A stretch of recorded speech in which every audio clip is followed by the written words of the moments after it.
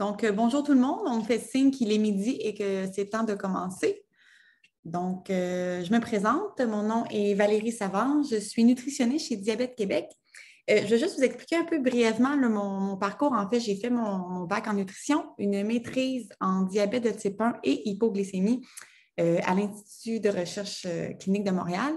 J'ai récemment fait ma certification pour être éducatrice agréée en diabète.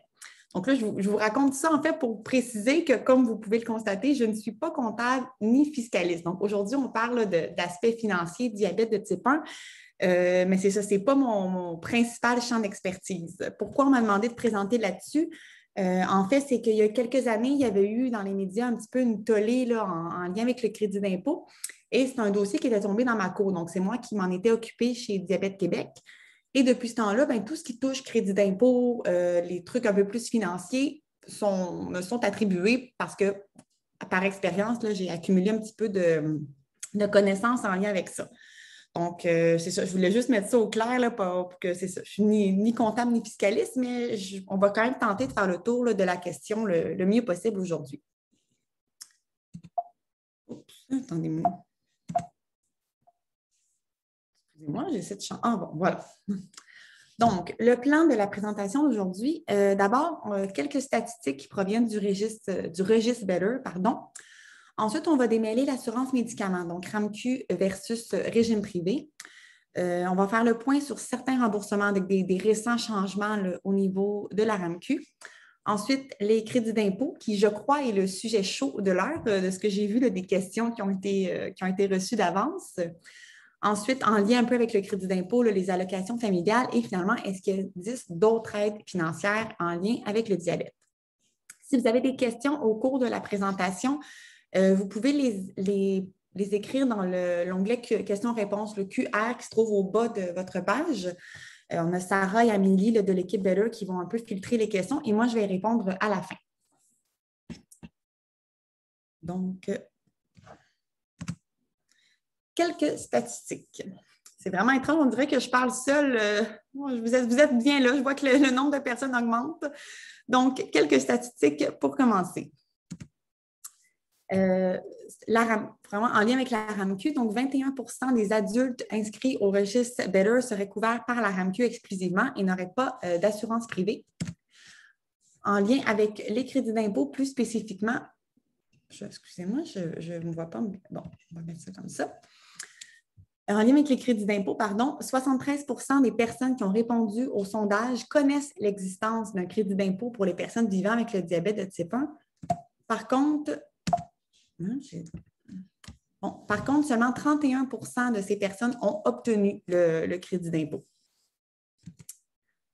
Donc, l'assurance médicaments RAMQ versus régime privé. Donc, l'assurance médicaments au Québec, la loi veut que toute personne qui est établie ici de façon permanente soit couverte par une assurance médicaments. Il y a la RAMQ qui administre le régime public d'assurance médicaments et il y a des assurances qui couvrent les médicaments par des régimes privés, donc sous la forme d'assurance collective et de régimes d'avantages sociaux.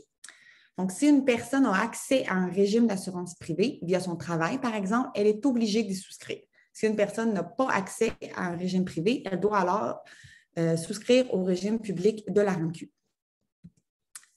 Peu importe le régime d'assurance médicaments, donc qu'il soit public ou privé, les médicaments ne sont pas 100% gratuits. Donc, si on s'attarde un petit peu plus en détail au fonctionnement du régime public, en fait, pour qu'un médicament ou un dispositif médical soit remboursé, il doit être inscrit sur la liste des médicaments assurés par le régime général d'assurance médicaments, qu'on va appeler communément la liste de la RAMQ pour la présentation. Donc, les médicaments et les dispositifs médicaux qui sont remboursés peuvent l'être soit d'emblée pour tous avec une prescription ou parfois selon certaines conditions, donc qui nécessitent que le médecin remplisse un formulaire. Et bien sûr, il y a des médicaments qui ne sont simplement pas inscrits sur la liste, donc qui ne sont pas remboursés par le régime public. Mais qui décide des médicaments inscrits ou pas inscrits sur la liste? En fait, c'est l'Institut national d'excellence en santé et en services sociaux, communément appelé l'INES. Donc, quand un médicament ou un dispositif médical est approuvé, est homologué par Santé Canada, la RAMQ, pour savoir si elle le rembourse ou non, va demander l'avis de l'INES. L'INES va regarder les études sur le médicament, regarder ce qui est fait ailleurs dans le monde, ailleurs dans les autres provinces, va évaluer les coûts versus les bénéfices et va émettre des recommandations en lien avec le remboursement sous forme de rapport. Généralement, la RAMQ suit les recommandations de l'INES. Donc, une fois qu'un médicament ou un dispositif médical est inscrit sur la liste de la RAMQ et qu'il est remboursé, comment ça marche? Pourquoi ça coûte quand même quelque chose à la pharmacie? En fait, la RAMQ rembourse le coût de l'ordonnance moins la contribution de l'assuré. Le coût de l'ordonnance, en fait, ça se détaille avec le coût du médicament en tant que tel ou du dispositif médical et les honoraires professionnels du pharmacien. Le coût du médicament ne varie pas. Les honoraires professionnels du pharmacien peuvent varier un petit peu d'une pharmacie à l'autre. C'est pourquoi, des fois, le prix n'est pas tout à fait le même d'une pharmacie à l'autre.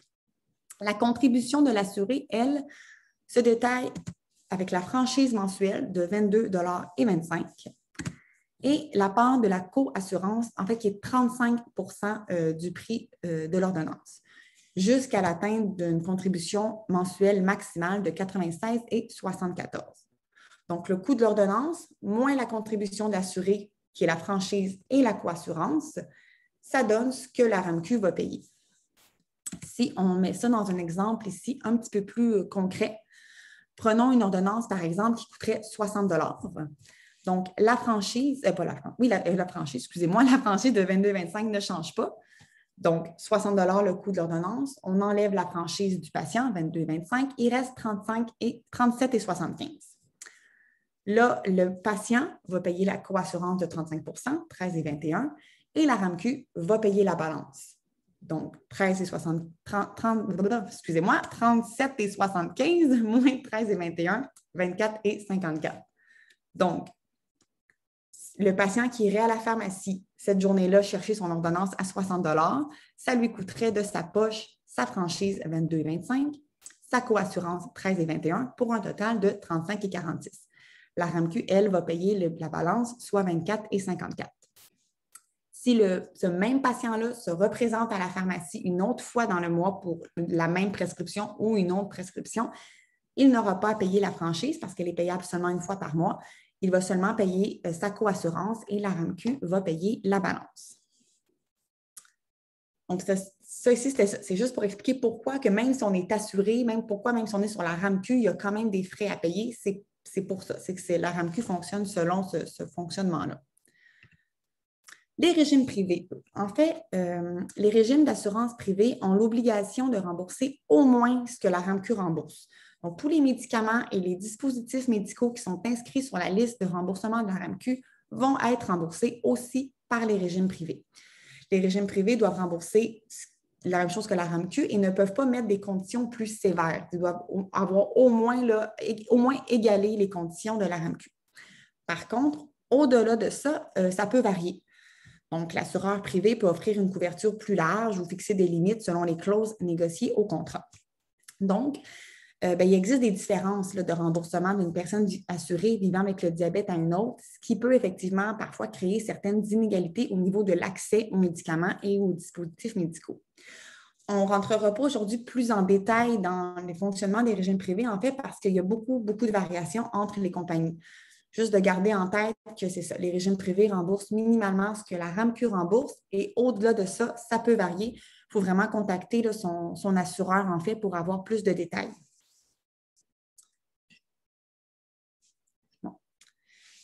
Donc, le point sur certains remboursements. Donc, il y a eu des petits changements récents au niveau du remboursement par la RAMQ des médicaments biosimilaires, Freestyle Libre 1 et 2 et du Dexcom G6. Donc, on va faire le tour de ces différents remboursements-là. J'ai aussi ajouté le programme d'accès aux pompes à insuline. Il n'y a pas eu de changement récent à ce niveau-là, mais nous, chez Diabète Québec, on reçoit quand même beaucoup de questions sur le remboursement des pompes, pour qui, pourquoi, comment ça fonctionne, pour le peu de gens pour qui c'est remboursé. Donc, je me suis dit que ce serait peut-être pas mauvais de refaire le tour de la question aujourd'hui. Donc, les médicaments biosimilaires. Les médicaments biosimilaires existent quand même depuis 2005. On en entend de plus en plus parler dans les dernières années. Donc, je me suis dit que ce serait peut-être pertinent de juste mettre un petit mot sur qu'est-ce que c'est que ça, un médicament biosimilaire? En fait, un médicament biosimilaire, c'est un médicament dont on a démontré un caractère très semblable à un médicament biologique déjà autorisé pour la vente, qu'on appelle le médicament biologique de référence. Je suis consciente que ce n'est peut-être pas très clair. En fait, les médicaments d'origine, on a deux types. Il y a les médicaments synthétiques qui sont faits à partir de petites molécules chimiques et il y a les médicaments biologiques qui sont faits à partir d'organismes vivants, un processus de fabrication beaucoup plus complexe. Dans les deux cas, au Canada, une fois que le brevet est expiré, les autres compagnies peuvent tenter de copier un peu le médicament d'origine. Dans le cas des médicaments synthétiques, c'est ce qu'on appelle les génériques. Je pense que c'est un terme qui est assez connu. Donc, les compagnies vont simplement reproduire la même recette, vont prendre les mêmes ingrédients actifs, changer un petit peu le rembourrage et on a un médicament générique.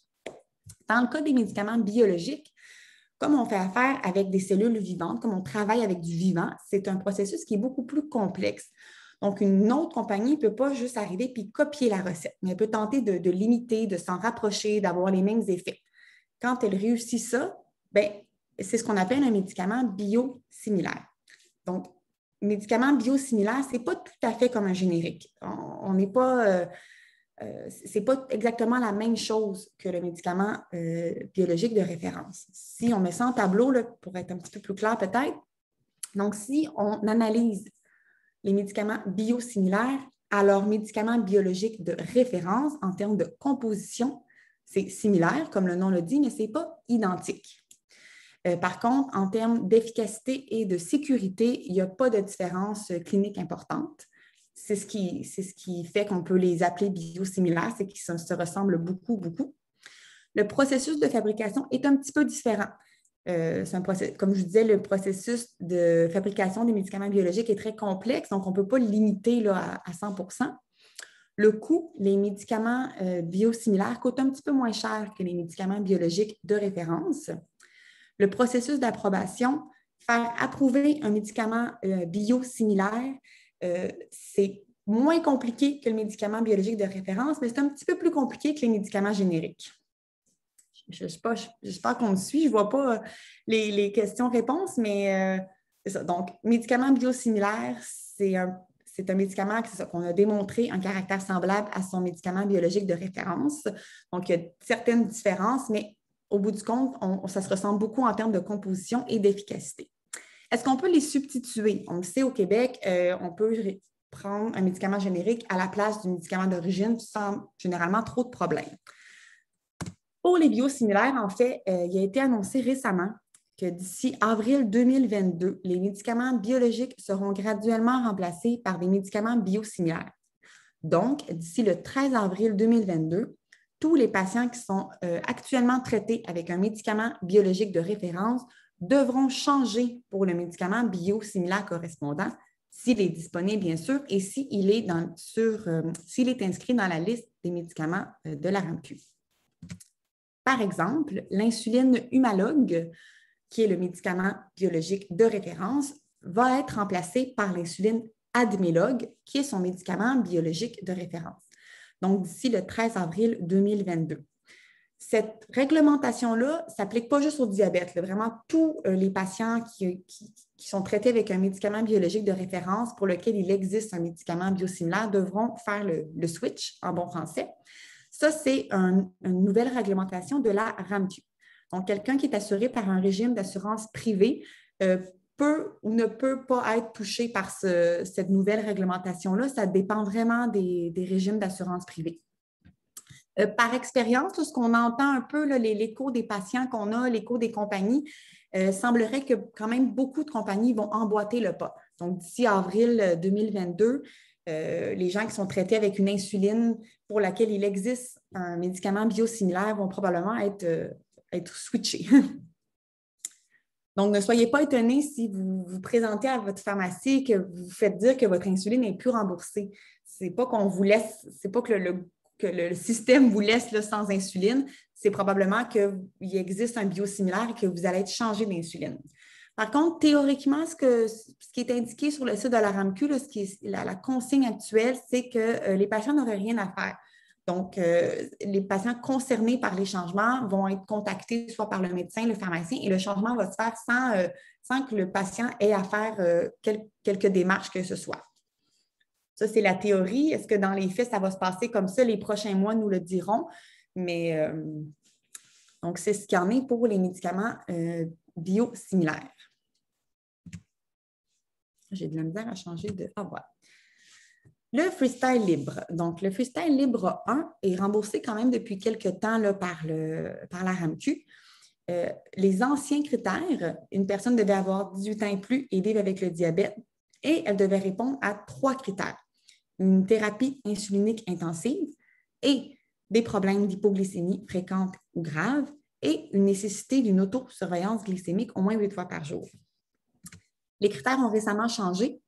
Donc maintenant, pour se prévaloir du remboursement par la RAMQ du Freestyle Libre 1, les personnes doivent avoir 18 ans et plus, vivre avec le diabète, bien entendu, avoir besoin d'une thérapie insulinique intensive et des problèmes d'hypoglycémie, tout simplement.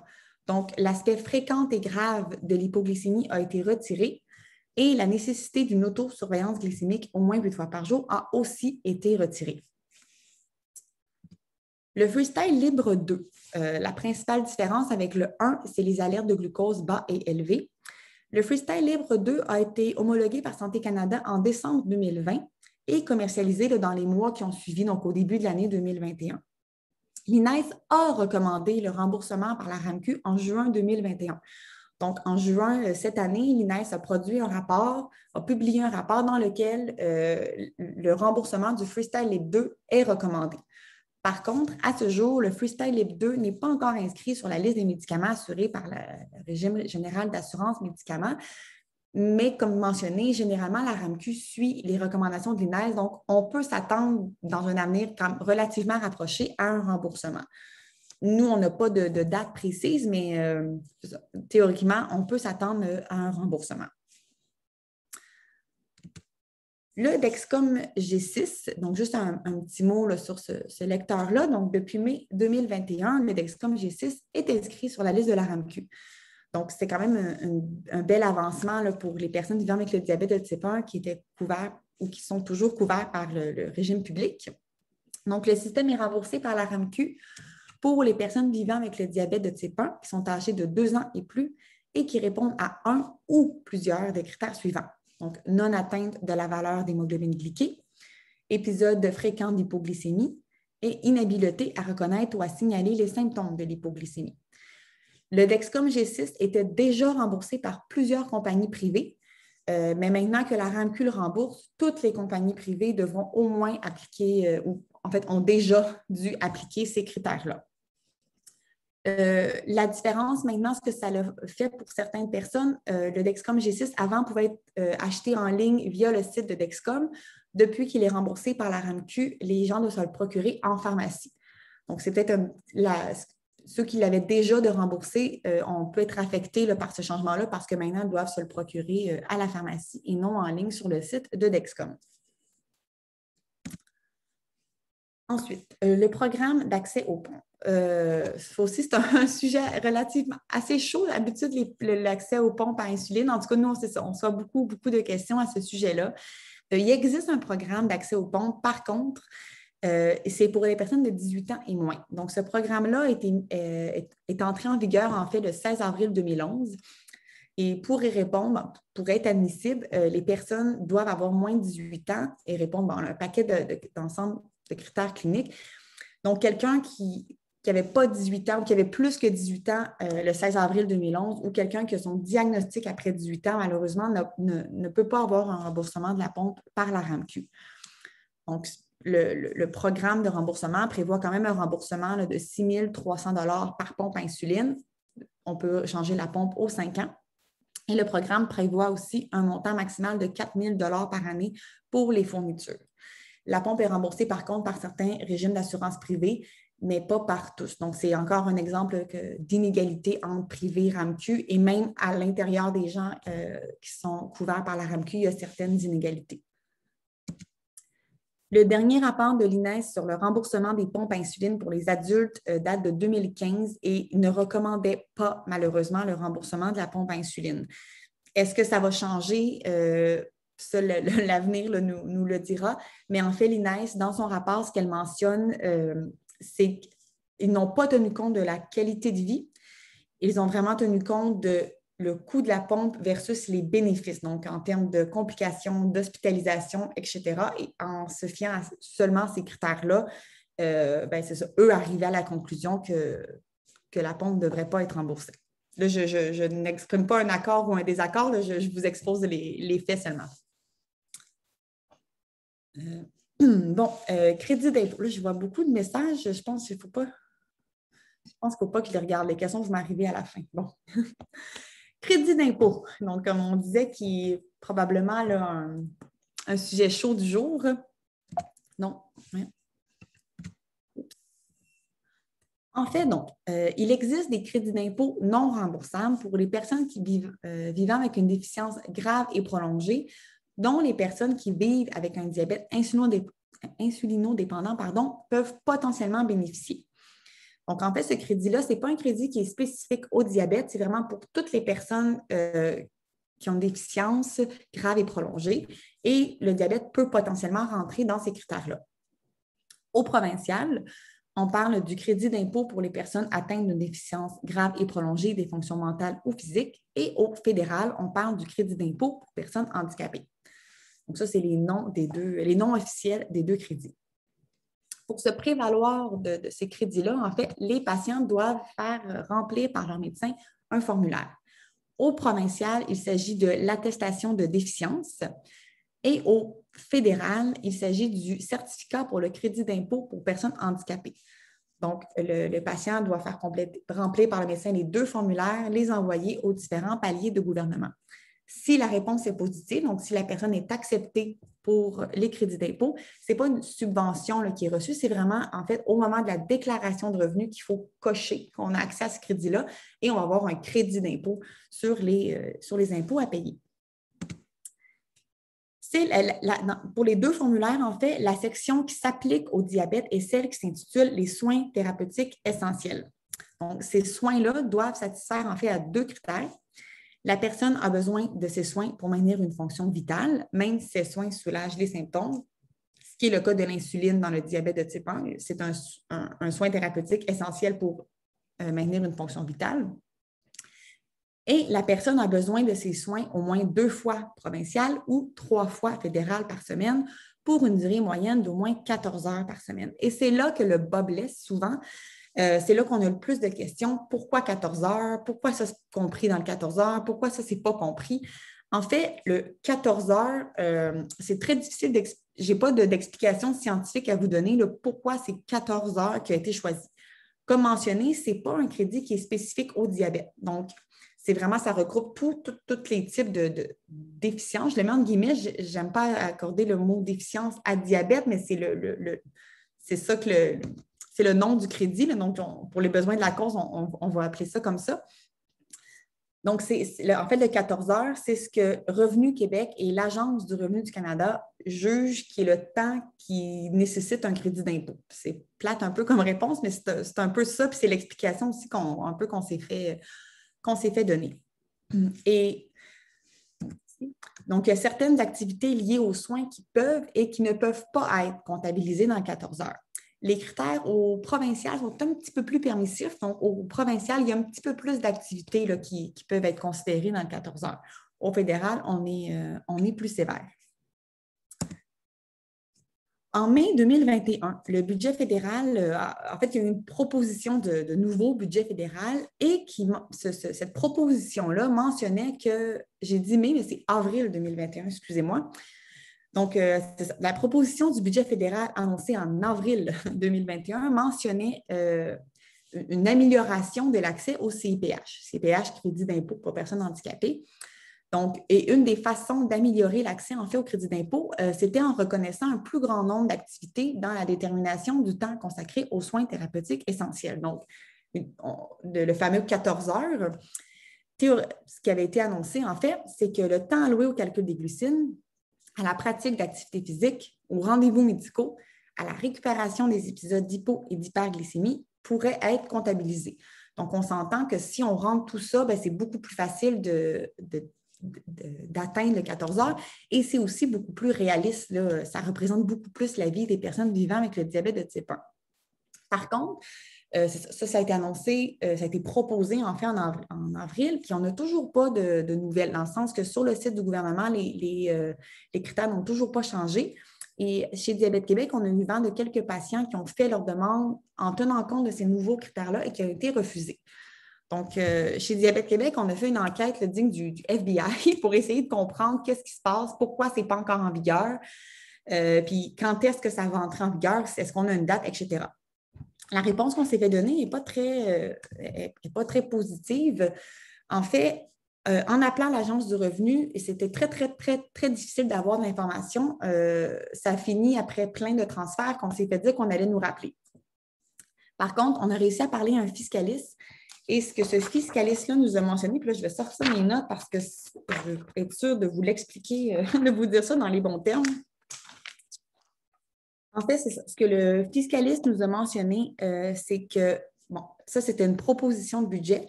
Et il y a eu le 29 juin 2021, donc quelques mois après la proposition de budget, ce qu'on appelle une sanction royale.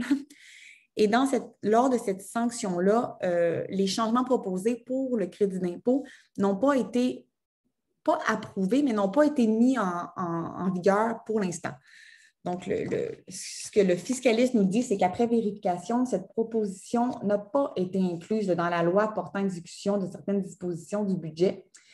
C'est donc dire que présentement, les modifications proposées par le gouvernement sur le crédit d'impôt ne sont pas encore en vigueur. Il faudrait attendre la prochaine sanction royale pour voir si ça va être mis en vigueur ou non.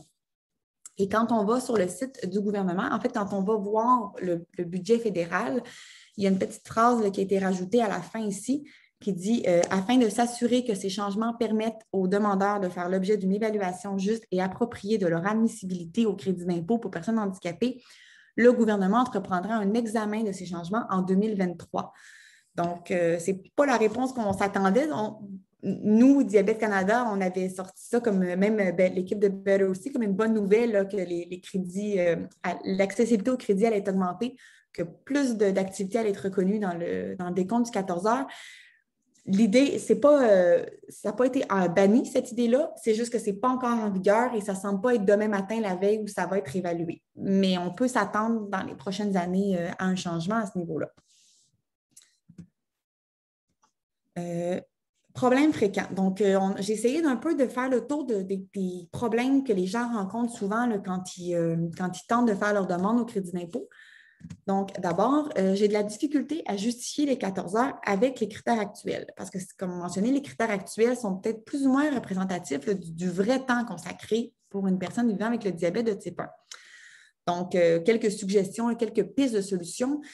Tenter de noter là, toutes les activités, dès que dans la journée, il y a quelque chose qui est fait en lien avec le diabète, le noter avec le temps que ça l'a pris. Puis après ça, essayer de voir là, vraiment combien de temps. Des fois, je pense que les personnes vivant avec le diabète de type 1, c'est tellement ancré dans la vie, sont tellement habitués de gérer leur diabète, ça fait partie d'eux qu'ils ne pensent pas nécessairement à tout le temps qui est mis, puis c'est un peu fait comme un automatique. Donc vraiment, oh, là, je fais quelque chose en lien avec mon diabète, je vais le noter, combien de temps ça me prend pour essayer d'étoffer un petit peu le tableau.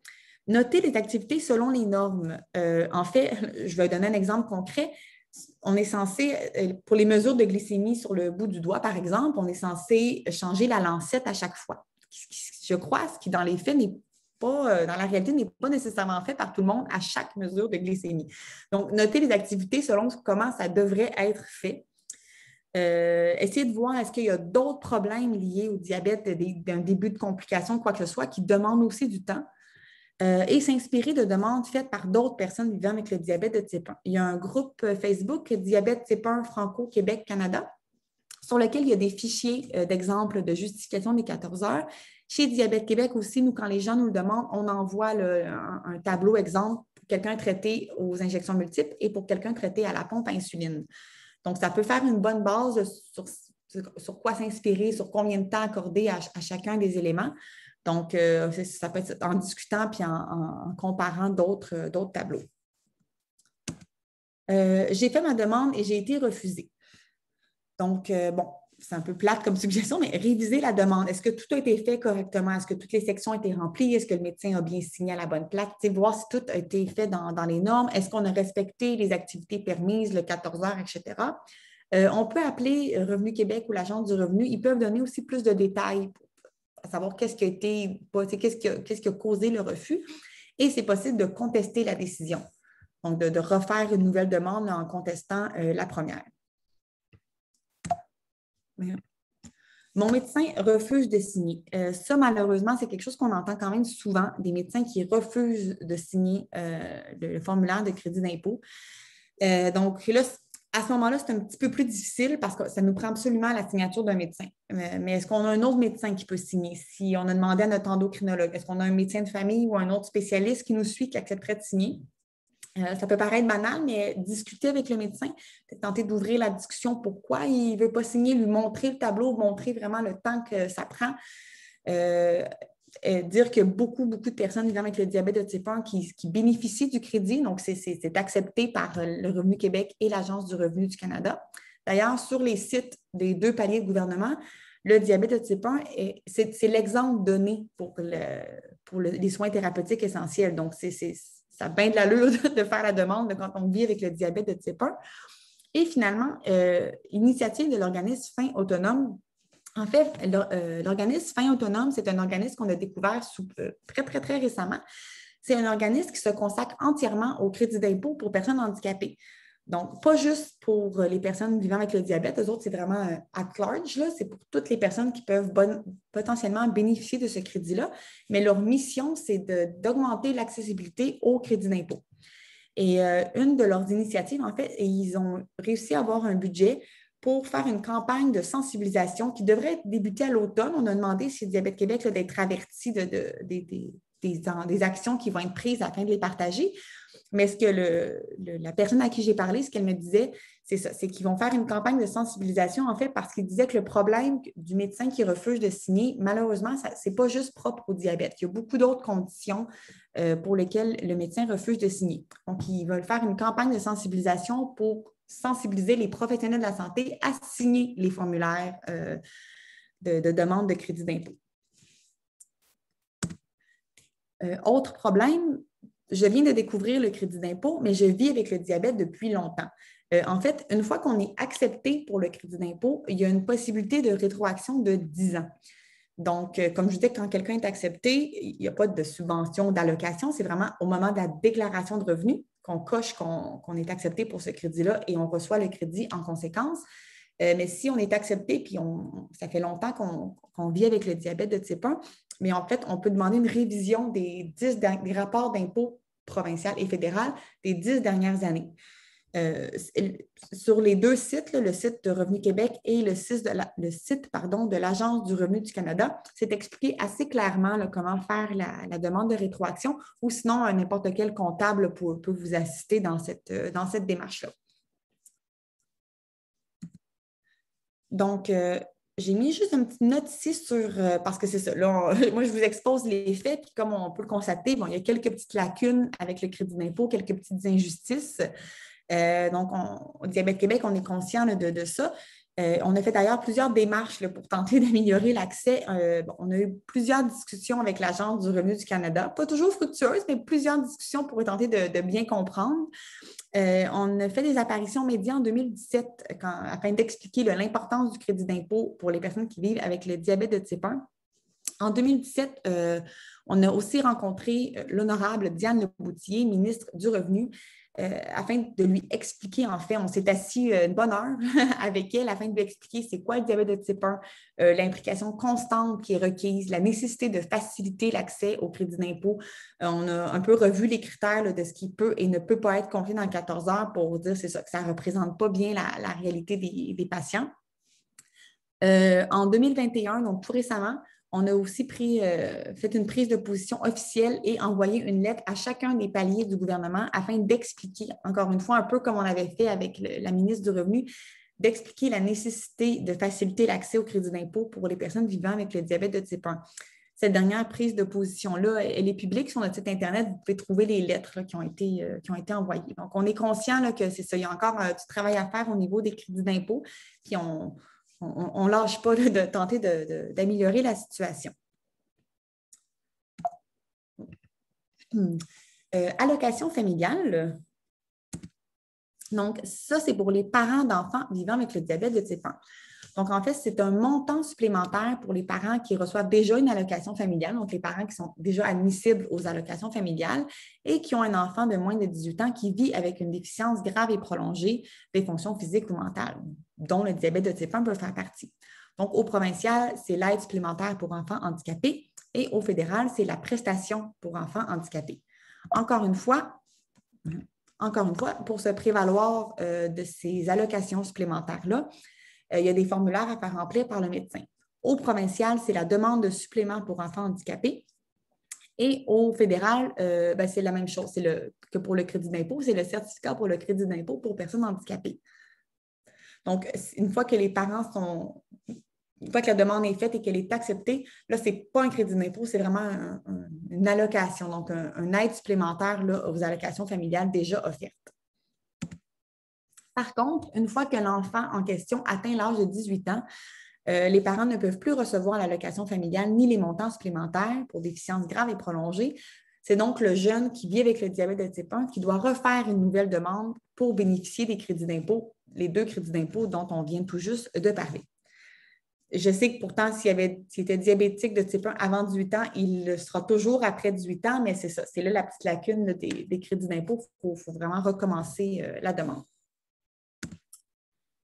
Un petit mot sur le régime d'épargne invalidité, donc le REEI.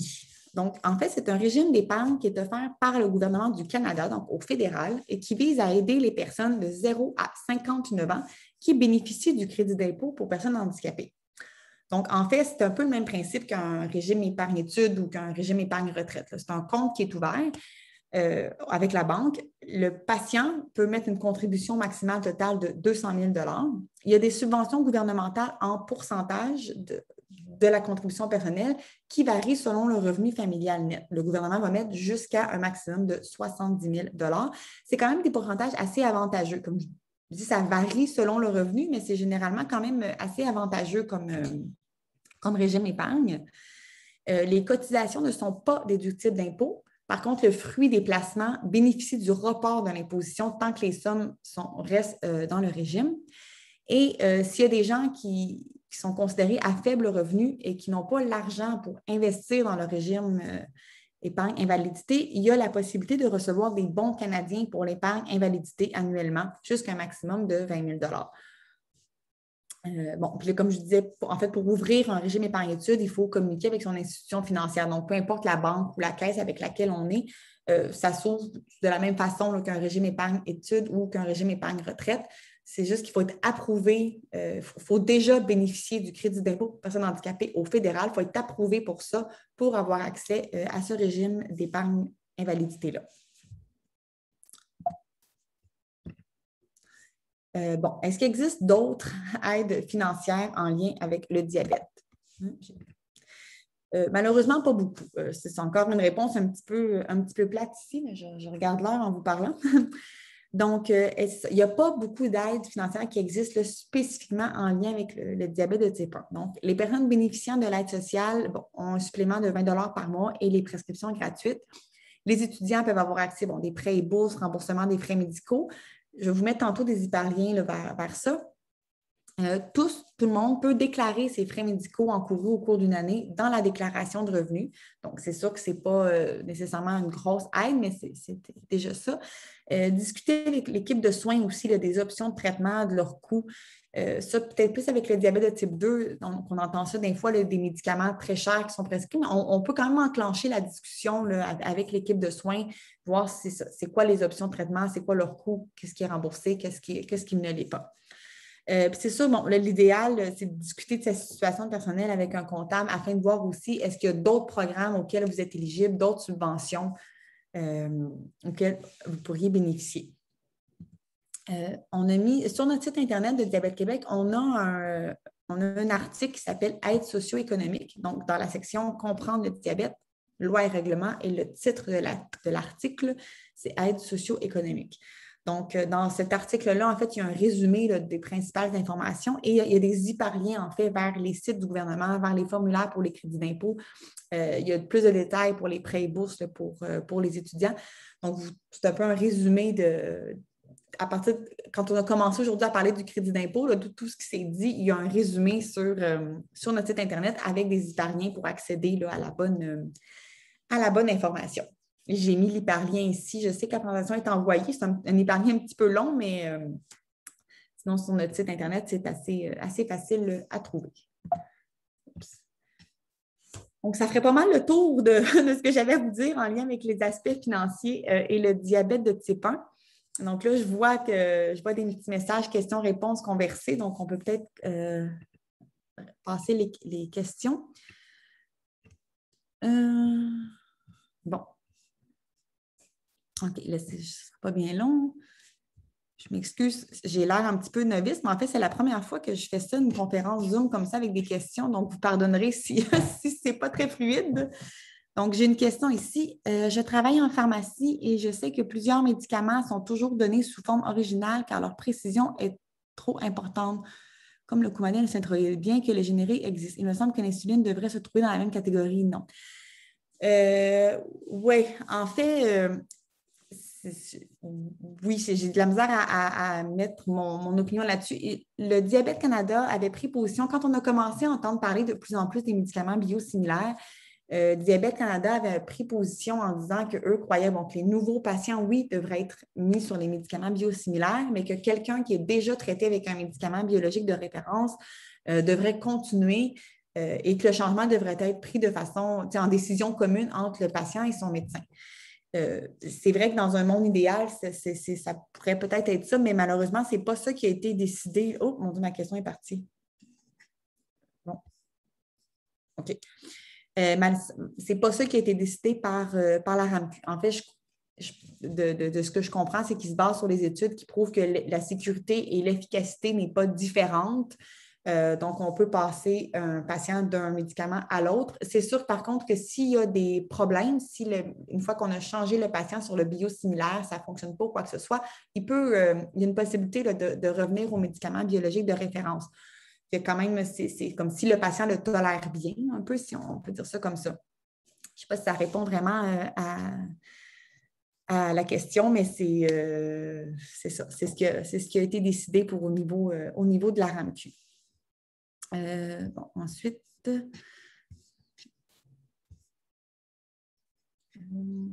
j'ai une question ici. Ma compagnie d'assurance collective rembourse à 80% ma pompe. Donc, quand je serai à la retraite, sachant que les pompes à insuline sont exorbitantes, est-ce que nous pourrions avoir un remboursement semblable si notre médecin traitant remplit un formulaire spécial pour en bénéficier? Malheureusement, non. Ça, c'est vraiment quelque chose de dommage. On entend souvent ça des gens que c'est ça, ils avaient accès à la pompe avec leur travail, avec les assurances de leur travail. Une fois qu'ils prennent leur retraite, ils n'ont plus accès aux assurances.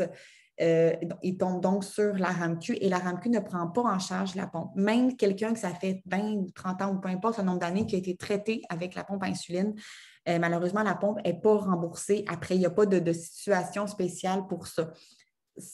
Je n'aime pas ça répondre des choses, des réponses plates comme ça. J'aimerais ça avoir une solution plus concrète à proposer, mais pour l'instant, c'est comme ça. Il n'y a pas moyen, malheureusement, que le médecin remplisse un formulaire spécial là, spécifiquement pour la pompe. Je vois ici de la même personne qui demandait pour le changement de médicaments biologiques de référence aux médicaments biosimilaires. Est-ce qu'on pourra refuser le transfert? C'est classifié comme une demande vitale qu'on peut demander sans prescription. Ça doit compter pour... Là, de ce que j'ai compris, non, les patients vont vraiment être automatiquement transférés du médicament biologique de référence au médicament biosimilaire. Comme tous les patients traités avec l'Humalog vont passer à l'Admelog. Ça, c'est ce qui est dit, mais est-ce que c'est ça, comme si ça ne fonctionne pas, est-ce qu'on peut revenir en arrière? Oui. Est-ce qu'on peut d'emblée demander de refuser le transfert? Je n'ai pas connaissance de ça. Peut-être qu'il existe certaines conditions, un formulaire pour c'est vraiment des raisons là, exceptionnelles pourquoi on croirait que ça ne va pas fonctionner, le transfert. Mais je n'ai pas eu vent de ça. Pour l'instant, la directive, c'est vraiment on switch le patient automatiquement. Je précise encore, c'est pour les patients sur la RAMQ. Ça ne veut pas dire que tous les régimes privés vont emboîter le pas. Une question ici concernant les formulaires de crédit d'impôt. Les formulaires doivent-ils être remplis à chaque année par le médecin? Non. Ben là, je pense que c'est pour les crédits d'impôt. Si on parle des formulaires pour les crédits d'impôt, non, ils n'ont pas à être remplis à chaque année. Par contre, j'ai déjà vu des patients qui avaient été acceptés pour le crédit d'impôt, puis après quelques années, l'Agence du revenu a demandé de refaire la demande. Ça, c'est un peu un non-sens parce que la personne, c'est sûr qu'elle vit encore avec le diabète de type 1. Ce n'est pas un automatique, ce n'est pas déterminé à chaque 2 ans ou à chaque 3 ans, par exemple, mais j'ai déjà entendu ça des patients qui ont dû refaire la demande. Donc, ce n'est pas impossible. Théoriquement, une fois qu'on est accepté, c'est réglé, mais ce n'est pas impossible qu'on aille à refaire la demande. J'ai une question ici. Le crédit d'impôt correspond à quel montant en moyenne? Ça, c'est difficile de répondre. En fait, comme c'est un crédit d'impôt, ça dépend vraiment du revenu familial net. Donc, je ne m'avancerai pas là-dessus par peur là, de vous donner des informations erronées, mais il faudrait vraiment en fait consulter un comptable là, qui pourrait vous dire pour votre situation à vous, quel montant ça représenterait. Ensuite, une question ici. Les médecins qui jugent qu'une mauvaise glyquée ne se qualifie pas au crédit d'impôt pour le 14 heures est très injuste quand on sait que tous les facteurs hors de contrôle qui font varier la glycémie, hormones, accès aux technologies, santé mentale, etc. La glyquée est loin de représenter à elle seule le résultat de la somme des efforts. Effectivement, j'ai personnellement jamais entendu ça, un médecin qui refuse de signer à cause de la mauvaise glyquée. Mais ça, c'est le genre d'exemple d'un médecin qui refuse de signer puis qui, peut-être, c'est ça, qui demanderait un peu d'explication parce que la glyquée, elle n'est pas dans le formulaire pour le crédit d'impôt, on ne fait pas référence là, à l'hémoglobine glyquée, en fait. C'est vraiment justification des 14 heures, indépendamment de la qualité du contrôle du diabète. Donc, j'aurais de la misère à dire pourquoi ce médecin-là a ce raisonnement-là. Mais c'est ça, ça revient au problème. Mon médecin refuse de signer, puis j'aurais tendance à essayer d'ouvrir un peu la discussion ou si vous voulez nous appeler à InfoDiabète pour qu'on en parle un peu plus en détail. Mais je n'aurais pas non plus de réponse à donner clairement. Ce n'est pas quelque chose que j'ai déjà entendu, malheureusement. Ou heureusement. Question. Le REEI, mon fiscaliste m'a dit que je n'y ai pas droit, pourtant j'ai 54 ans. En fait, oui, c'était peut-être pas clair la façon que je l'ai dit.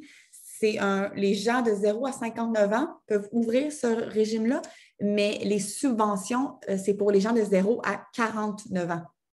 Puis encore je ne sais pas pourquoi ils ont décidé de mettre la barre à 49 ans, mais c'est ça, c'est qu'on ne peut pas bénéficier des subventions, en fait, du gouvernement si on a si on a 50 ans et plus. Donc, c'est peut-être là, si on ne peut pas bénéficier des subventions, on n'a aucun intérêt là, à ouvrir le régime épargne-études. Le régime épargne-études, pardon, le régime épargne-invalidité. Je vois ici une question. Y a-t-il des discussions auprès de l'INES pour l'accès à la pompe pour adultes qui sont prévues pour une révision? À ma connaissance, ce n'est pas prévu d'avoir une révision prochainement. Par contre, et là, c'est mon opinion personnelle, là, que je vais vous mentionner là. En 2015, comme j'ai dit, l'INES, en fait, elle ne s'est pas fiée à la qualité de vie, malheureusement, mais elle a évalué le coût de la pompe versus les bénéfices en termes d'hospitalisation, complications, etc. Et la conclusion était que ce n'est pas rentable. Par contre, dans les dernières années, on a vu beaucoup d'améliorations au niveau des pompes à insuline, les systèmes automatisés, les alarmes, la pompe qui décide d'arrêter l'insuline tout seul pour prévenir les hypoglycémies. Donc, avec toutes ces améliorations-là, des fonctionnalités des pompes à insuline, il me semble qu'on s'en va vers un contrôle du diabète de plus en plus précis. Donc, peut-être que, étant donné que les pompes s'améliorent beaucoup, maintenant, injection versus pompe va vraiment apporter plus de bénéfices qu'en 2015. Donc, comme je dis, ça, c'est mon opinion, mon interprétation à moi. On n'a pas de date pour une révision de la part de l'INES, mais c'est ça. Il me semble qu'on pourrait s'attendre à ce que le coût versus bénéfice des pompes soit plus avantageux maintenant que la pompe nous permet vraiment là, de plus en plus de fonctionnalités. Si vous êtes couvert par la RAMQ pour le Dexcom G6, ne pas oublier que vous êtes aussi couvert par une assurance privée. Cette assurance couvrira une partie de ce que la RAMQ ne rembourse pas. Je ne suis pas certaine de comprendre quelle est la question ici. Je ne sais pas si cette personne-là peut préciser. Ensuite, quelqu'un qui dit, pouvez-vous dire à quoi et comment peut servir le REEI? J'ai lu beaucoup là-dessus, je ne comprends pas grand-chose. En fait, le REEI, c'est tout simplement un autre régime d'épargne, au même titre que le régime épargne-études, par exemple. Les parents mettent de l'argent, le gouvernement met des subventions. Bien, le régime épargne-invalidité, c'est la même chose. Donc, on ouvre un compte, le patient décide avec sa banque quel genre de compte, à combien d'intérêts, quel risque, etc., comme n'importe quel autre compte. Mais si la personne elle est acceptée au crédit d'impôt et qu'elle ouvre vraiment un REEI, le gouvernement va venir rajouter des subventions qui sont assez intéressantes, des subventions que quelqu'un qui ne bénéficie pas du crédit d'impôt ne peut pas recevoir. Donc, c'est tout simplement une autre façon d'investir son argent, un autre type de placement qui peut être avantageux. C'est pour ça qu'on mentionne de parler avec la banque. Est-ce que ça correspond à vos besoins d'épargne? Est-ce que c'est un bon investissement pour vous? Est-ce que vous avez déjà d'autres choses qui sont plus avantageuses? Ça varie de personne en personne. Mais si vous bénéficiez du crédit d'impôt, ça peut vraiment valoir la peine de peut-être prendre un rendez-vous avec le conseiller financier de votre banque ou de votre caisse pour en fait demander, parler du régime épargne-invalidité puis voir si c'est quelque chose qui vous correspondrait à vous. Vous avez parlé des allocations pour que les parents pouvaient recevoir pour le diabète des EHPAD d'un enfant. Quand on est majeur, est-ce qu'on y a accès? En fait, c'est ça, c'est que quand l'enfant a moins de 18 ans, les parents reçoivent l'allocation. Les parents qui reçoivent déjà une allocation familiale et qui ont un enfant vivant avec le diabète de type 1 peuvent demander une bonification aux allocations. Une fois que l'enfant atteint l'âge de 18 ans, les allocations familiales arrêtent. Donc, la bonification aux allocations arrête elle aussi. Et là, le jeune qui a plus l'enfant, le jeune qui a 18 ans, doit faire ses propres demandes de crédit d'impôt. Donc, c'est deux choses différentes. Il existe une aide pour les deux catégories d'âge, mais c'est vraiment différent. Donc, une fois que l'âge de 18 ans est atteint, bien là, on fait les demandes pour les crédits d'impôt dont on a parlé plus tôt.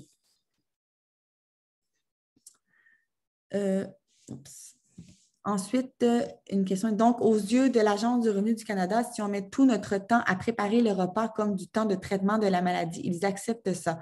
En fait, non. Pour l'instant, le temps alloué à l'alimentation, au calcul des glucides n'est pas compté dans le 14 heures. Malheureusement. Dans la proposition du budget fédéral, ils avaient annoncé que le calcul des glucides allait peut-être pouvoir être compté, mais ce n'est pas encore fait. Donc, pour l'instant, malheureusement, non, ce qui est en lien avec l'alimentation, le calcul des glucides n'est pas compris dans le 14 heures. Une autre question, comment ça marche pour modifier 14 heures par semaine si l'enfant est à garde partagée et que l'on a juste une semaine sur 2? Ça, je vais vous avouer que c'est une très, très bonne question. En fait, j'aurais tendance à dire qu'on y va de façon globale, là, mais là, je ne m'avancerais peut-être plus parler à un comptable parce qu'en fait, je ne sais pas comment ça fonctionne, les allocations familiales pour la garde partagée. Donc là, je ne m'avancerais pas. Là, comme pour un enfant en bas de 18 ans, c'est une bonification aux allocations, j'aurais tendance à plus parler à un comptable pour être certain d'avoir la bonne information.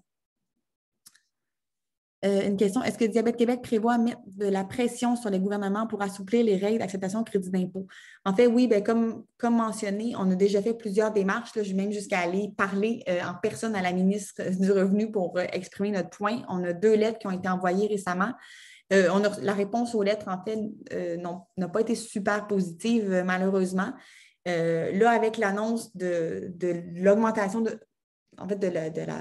l'annonce du budget où est-ce que c'était censé que le plus d'activités allaient être compris dans le 14 heures, on a vu ça un peu comme une bonne nouvelle. On s'est dit, bon, on n'a pas eu tout ce qu'on voulait avec nos lettres, mais c'est quand même une bonne nouvelle pour les patients. Puis là, on vient d'apprendre, en fait, que c'est pas pour tout de suite.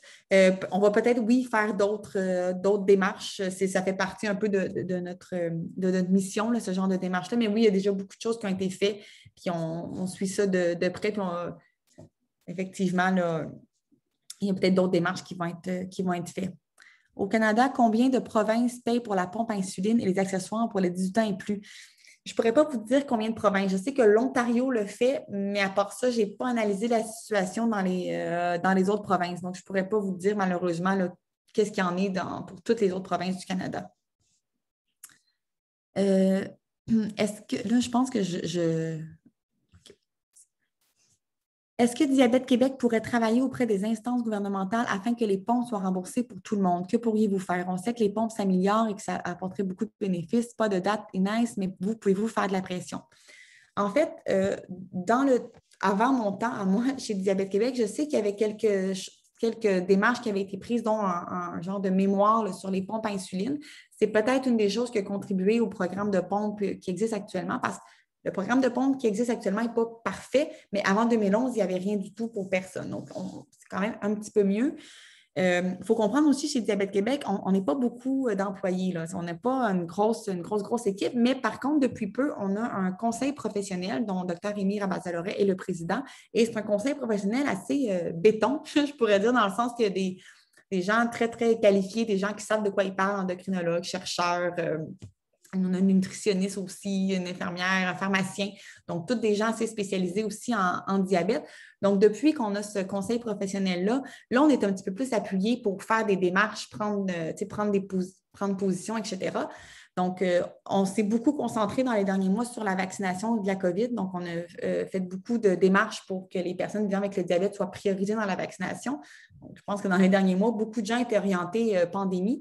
Donc, on a suivi un peu le pas. On a fait les démarches, en fait, au niveau du crédit d'impôt. Donc, on a pris position, on a fait ces lettres-là. On vient de prendre position pour pour que les personnes vivant avec le diabète de type 1 puissent donner du sang au Québec, ce qu'ils actuellement ne peuvent pas faire. Donc, la pompe insuline, peut-être que ça va être dans nos prochains mandats. En fait, ça serait à discuter avec le conseil professionnel. Est-ce qu'on refait des démarches à ce niveau-là? Est-ce qu'on prend position? Donc, ma réponse n'est peut-être pas claire. Je ne vous dis pas oui, je ne vous dis pas non, mais je vous dis qu'on est très, très conscient là, des inégalités et que là, on a un peu plus d'outils, en fait, pour prendre position à ce niveau-là. Ensuite, ici, pour la retraite, si vous avez travaillé dans le secteur public et parapublic, vous pouvez adhérer à AQRP et l'association rembourse à 70 %. Par contre, il faut adhérer dans les 4 mois max au moment de la prise de retraite. Ou 70. Je crois que c'est peut-être en réponse à la question tantôt par rapport aux gens qui prennent leur retraite.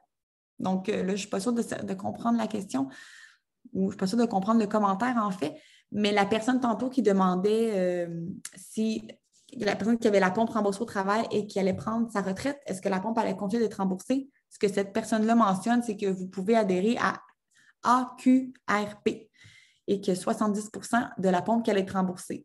Donc, là, cette personne, merci madame, vous m'apprenez quelque chose. Donc, peut-être AQRP, peut-être vous informer là, à ce niveau-là, l'autre personne qui posait la question pour le remboursement des pompes une fois la retraite prise. Là, je pense que j'ai répondu aux questions. Est-ce qu'il reste... Je pense que ça fait le tour des questions. Oui, je pense que ça fait le tour des questions. Donc, on me dit que c'est bon, il est presque 13 heures. Excusez-moi, comme je dis, c'est ma première expérience. On manquait peut-être un petit peu de fluidité, la partie question, mais j'espère que j'ai quand même répondu aux questions que vous avez. J'espère que ça a fait un peu le tour de... C'est ça. Ça vous a éclairé un petit peu plus là, sur les aspects financiers avec le diabète de type 1. Et, j'ai perdu ma... Attendez une petite seconde, je voulais vous mettre ça ici. Donc, le prochain webinaire de Better, en fait, va avoir lieu le jeudi 28 octobre, toujours à midi, et il va porter sur les diètes faibles en glucides et le diabète de type 1. Donc, au plaisir là, pas de vous voir, moi, c'est pas moi qui va être là, mais c'est ça. Donc, un autre sujet super intéressant. Donc, pour votre information, jeudi 28 octobre. Merci beaucoup.